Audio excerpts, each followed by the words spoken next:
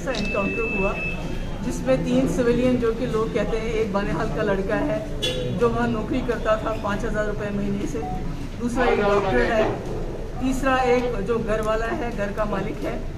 और ये एक नया तरीका बन गया है कि जब भी कहीं एनकाउंटर में कोई मारा जाता है तो उसको कहते हैं ओवरग्राउंड वर्कर है। अभी तक ओवरग्राउंड वर्कर होने के कोई सबूत नहीं है उनके। ये बहुत ही अनफॉर्चुनेट है क्योंकि इस तरह से लोगों को इतने एनकाउंटर में ले जाके शील्ड बना के उनको लेना, क्योंकि उसकी बच्ची ने, जो अल्ताफ है, उसकी बच्ची ने कहा कि मेरे फादर को शील्ड बनाया गया।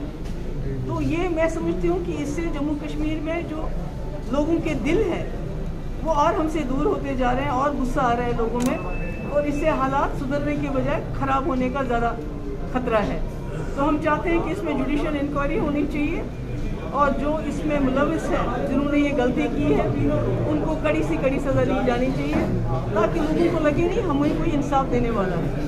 This is a very very very unfortunate incident. I mean in an encounter you have 3 civilians getting killed and 1 militant is killed while 3 civilians have been killed, and they have been branded as OGWs, which is very unfortunate, which is totally wrong because the families have been claiming otherwise.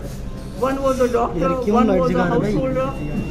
उसकी बेटी ने बोला है कि मेरे बाप को he was used as a shield। और ये पिछले कई टाइम से ऐसा हो रहा है कि लोगों को पहले सोमो में उसको मारा गया एक को, उसके बाद शाहिद को मारा गया शुपियान में, और आज ये 3 सिविलियन मारे गए।